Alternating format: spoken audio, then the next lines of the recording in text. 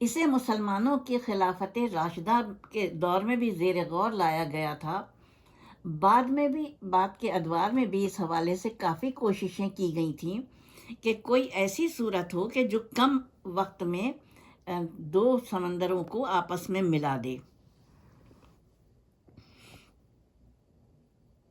لیکن پھر اس پہ عمل درآمد دیر سے دیر ہوتی گئی۔ بالآخر ان تین ملکوں نے، فرانس، برطانیہ نے مل کر اس کو پایۂ تکمیل تک پہنچایا۔ سن 1798 میں نیپولین بوناپارٹ کے دور میں فرانسیسی ماہرین تعمیرات مصر گئے۔ انہوں نے بھی یہ نتیجہ نکالا کہ ایسا کوئی بھی منصوبہ حقیقت پسندانہ نہیں ہوگا۔ اس کے بعد برطانوی ماہرین نے بھی اس حوالے سے یہی رپورٹ تیار کی، لیکن بعد میں اسے حقیقت کی شکل دے دی گئی۔ جدید نہر سوئس کا منصوبہ 19ویں صدی کے وسط میں فرانسیسی سفارتکار فرڈینینڈ دی لیس نے تیار کیا۔ اس منصوبے کو عملی پیش رفت کے لیے اس زمانے میں مصری خدیو سعید پاشا کے سامنے رکھا گیا تو انہوں نے اجازت دی، اور تب نہر کھودنے کے لیے سوئس کینال کمپنی قائم کی گئی۔ اس نہر کی تعمیر کے لیے لاکھوں مزدوروں نے 10 سال کی شدید مشقت اٹھائی، پھر بھی مزدور پورے نہیں ہو رہے تھے، اس لیے ہزاروں مزدور کارکن یورپ سے بھی منگوائے گئے۔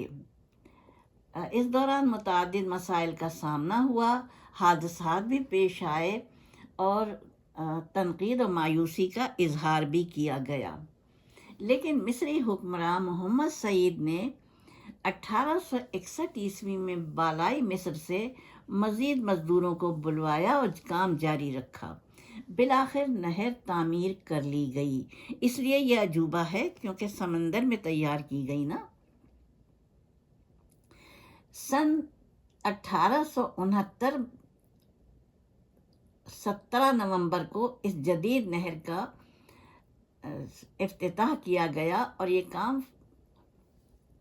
3 ملکوں کی لیبر نے ممکن بنایا۔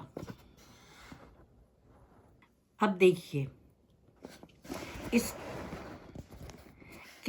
اس کے ذریعے سے کیا کیا ہوتا ہے۔ سب سے پہلے تو ہم لیتے ہیں تیل کی تجارت۔ نہر سوئس کے ذریعے تیل کی تجارت کیسے ہوتی ہے؟ بین الاقوامی انرجی ایڈمنسٹریشن کے مطابق خام اور صاف تیل دونوں سمتوں میں جاتا ہے۔ دسمبر اور فروری کے درمیان 3.6 ملین بیرل روزانہ نہر کے ذریعے آگے جاتا ہے، جس میں سے 1.5 ملین بیرل تیل خام ہوتا ہے۔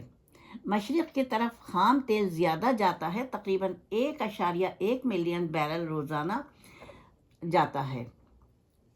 سمندری راستے سے ایشیا کی طرف جانے والی تیل کی مقدار 4.5% بنتی ہے۔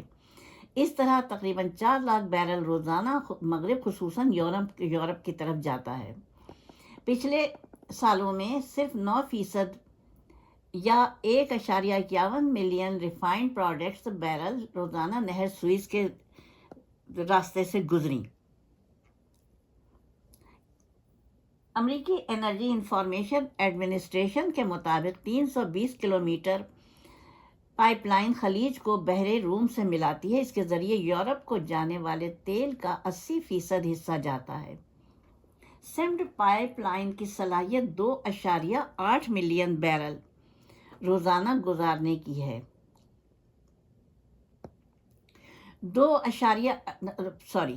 2018 میں 1.3 ملین بیرل روزانہ اس نظام کے ذریعے بھجوایا گیا۔ اس طرح ایک اور آپشن افریقہ کے ارد گرد کے لیے ہے۔ ایل این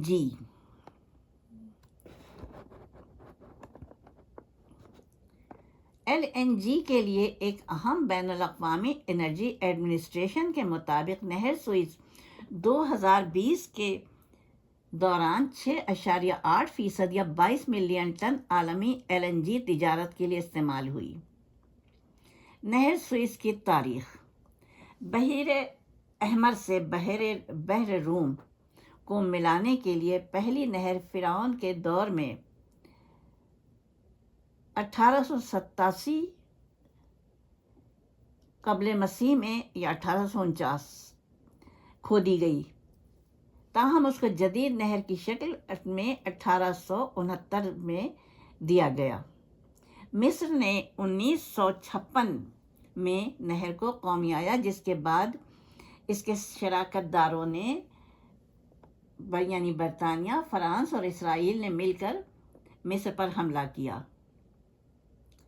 نہر سوئس کا بحران مصر کے 40 جہاز ڈوبنے پر اس وقت ختم ہوا جب امریکہ، روس اور اقوام متحدہ نے مداخلت کی اور برطانیہ، فرانس اور اسرائیل کو واپس اپنی حدود میں جانے پر مجبور کیا۔ 1967 میں نہر کو بری طرح سے اس 6 روزہ جنگ کے دوران نقصان پہنچا، جس میں مصر اور عرب ممالک نے ان ملکوں کا مقابلہ کیا جو کہ حملہ آور ہوئے تھے۔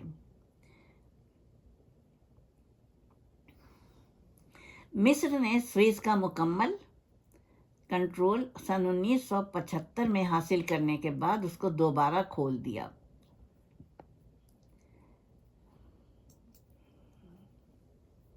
اب دیکھیے کہ یہ اتنی چوڑی ہے اور اتنی ویسی ہے، اچھی ہے، لیکن پھر بھی دیکھیے یہ ہوا۔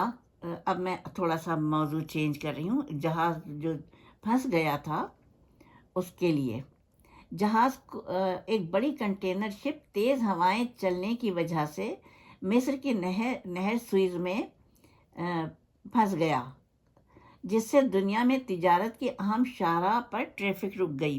یہ کئی دن تک بند رہا تھا، سوئس کینال بند رہی تھی۔ کوششیں کی گئیں لیکن بہرحال ٹائم لگا۔ کمپنی انتظامیہ کا مزید کہنا تھا کہ کمپنی نے شپ کے مالک کو کہا ہے کہ اس واقعے کی وجہ کو رپورٹ کریں اور کمپنی متعلقہ پارٹیوں کے ساتھ بات چیت کر رہی ہے۔ شپنگ کمپنی کی ویب سائٹ کے مطابق یہ جہاز نیدرلینڈ کے